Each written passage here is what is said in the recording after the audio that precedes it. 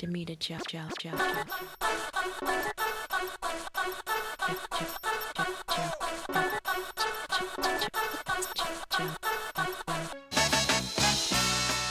The new album is self-titled, and I wanted to self-title it because I feel this one is really me.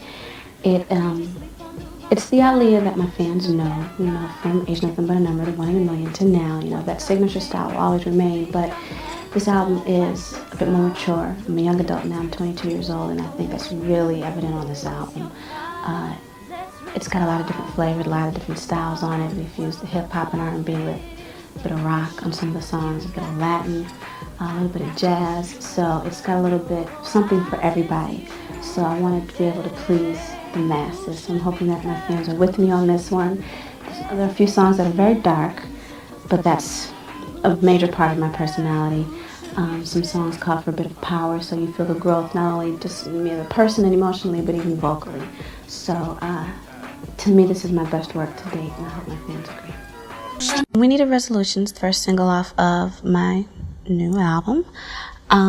Produced by Timbaland, written by Static from Playa. When Timbaland and I come together, it's magic. When we first met each other back in '96, we clicked immediately, and it's been like that ever since. And I think when you have a chemistry like that with someone, there's no reason to leave, you know what I mean? We have a great friendship outside of a great working relationship, so I think we'll always work together.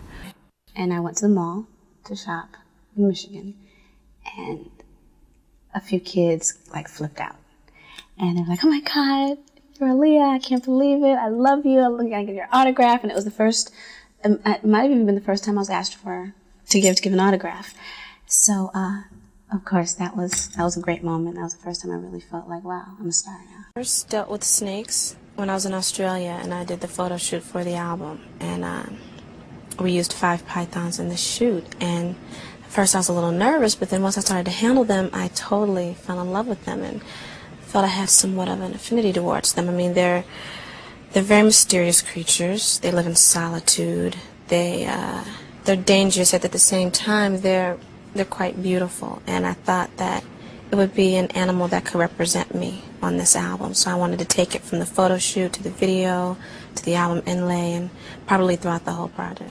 Well, the movies actually prolonged the album. I started working on this third album before I did Romeo, but then when that project came up, I took a break from it to do Romeo Must Die and then to do that soundtrack.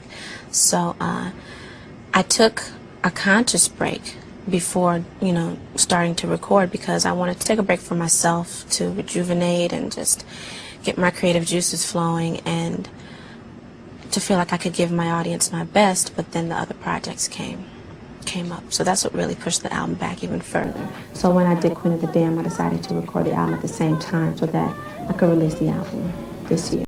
Well, it's hard to compare them because they're so different, I play a fantastical creature in Queen of the Damned. I play a vampire, and not just any vampire. I'm playing the queen of all vampires. She's the mother. She's 4,000 centuries old. She's a bit evil, but very regal.